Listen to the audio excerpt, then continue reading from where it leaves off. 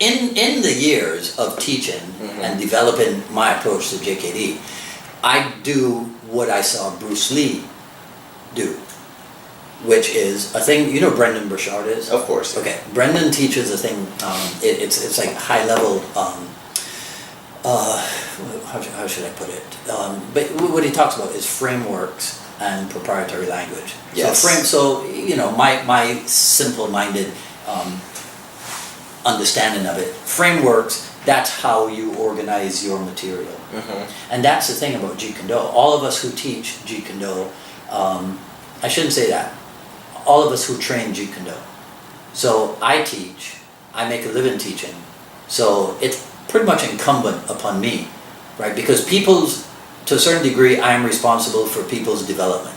Right. If I don't have a structure that aids them in that development, then you know what? Not doing the right? job, yeah. But if we're just a bunch of guys that like to get together, right, and work out, then we perhaps don't need a specific structure. Right. But you should never have a specific, because this would be anti-Jeet Kune Do. You should never have a specific structure that is inflexible.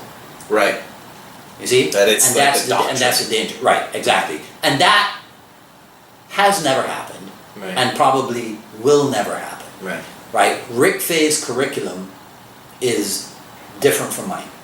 Mine is different from Neil Colliff's. The three of us, our curriculum is different from Cass Magda's, and I'm pretty sure that Cass's curriculum is different from Chris Kent's. Right. Right? And Chris's curriculum is different from Burton Richardson's. Right? And then all of us, what we do is different from Dan and Sam, our teacher. Right. Right? Which is a good thing and a bad thing. It's a good thing because that's the way it's supposed to be, because we're all individuals, and Jeet Kune Do allows for individual expression. The bad thing is that kind of defies spreading and conquering the world. Yeah. That's what you mean. Right? You know, if everybody was doing the same thing the same way, thing. that's easier to spread. Yeah. It's similar to how the karate associations will have a specific... Of course. Exactly. Right? So that's why, you know, any of the Taekwondo organizations, right? Because you do it this way. Yeah. Right? I remember this was St. Louis, 1984. I met a guy who ran a school for the ATA, American Taekwondo Association. Okay. And he told me something that blew my mind, right? He said if his school ever stopped making money, if the earnings started to go down, they would send a bunch of analysts in to see what's wrong. Yeah. And the worst thing that would happen is that they would close it and move him somewhere else. And I was like, Jesus. That's insane, yeah. Really? Really? He would not be out of a job. Yeah. Right? And I was like, oh man. But we can't. But we'll never have that. Right. You know, we'll never have that in JKD. I mean, if you think about all the people who have trained with me, right? Hundreds, thousands, probably thousands. Right. Yeah, it's thousands by now, right? And so some of them have gone on to do their own thing. Wayne's curriculum is not the same as mine. And he's the closest thing to me that there is. Right. As a matter of fact, I have a friend in Bovis who makes a joke. She said that one morning she was getting ready for work and the TV was on, and she heard me on the TV. It was Wayne. Right? And she's like, whoa, Dwight's in town? And then she goes, it was Wayne. It was Wayne, right? yeah. And it's true, because I've watched him teach. Yeah. Right? And I go, yeah, I used to teach like that. Right? It's like Ray Khan was saying last night. Yeah. You know, Ray trained with me 20-something years ago. Ray Khan, hopefully you're watching this. I showed you the page, man. Come on. All right? You know, and Ray was commenting about how things have changed. Yeah. Well, they're supposed to. It's the art of Jeet Kune Do. Right?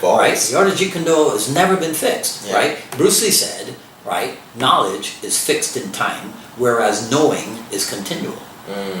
You see?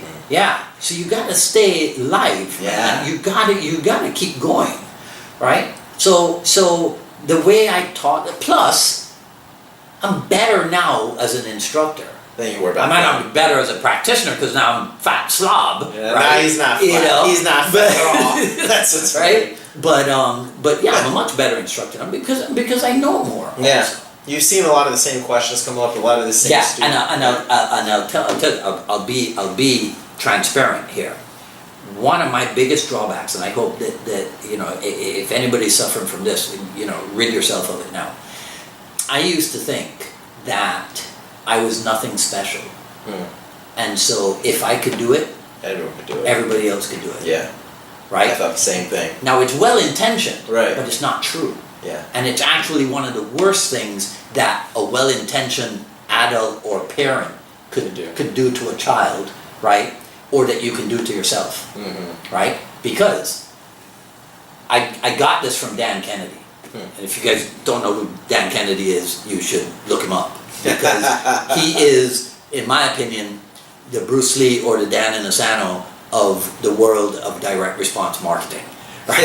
that's how I look at it. Dan Kennedy is the guy who is through him and his former partner Bill Glazer that I learned this. Look at what's working in other industries and see if it can be applied to your industry and help make things better for you. Yeah. Right? So the classic example is the drive-through. Exactly. Right? Who did that first? Banking, pharmacy, or fast food? Fast food. Right? I don't know. I think it was fast food, but Right. they all copied it. Yeah. Dry cleaners, same thing. You know, right. Have, So at some point, right, maybe it was let's say it was fast food. So some banking executive is doing a quick lunch at McDonald's and he goes, wait, I'm giving them money. Yeah. We can do this at our bank. Exactly. Give money, right? Yeah. There you go, right? Then somebody from CVS or Walgreens drives through the bank and goes, I could give them drugs. Right? Yeah. And so I have Rudy Lambs, I think you're watching too. What's up, man? How are you? I know you're local. Everybody's trained with Sifu Dwight. It's crazy. Yeah, Rudy's a hardcore Jeet Kune Do guy. Yeah. Yeah, he's a good guy. How long did if you're on here, how long did when did you meet him? How long ago would you say? June of 1988.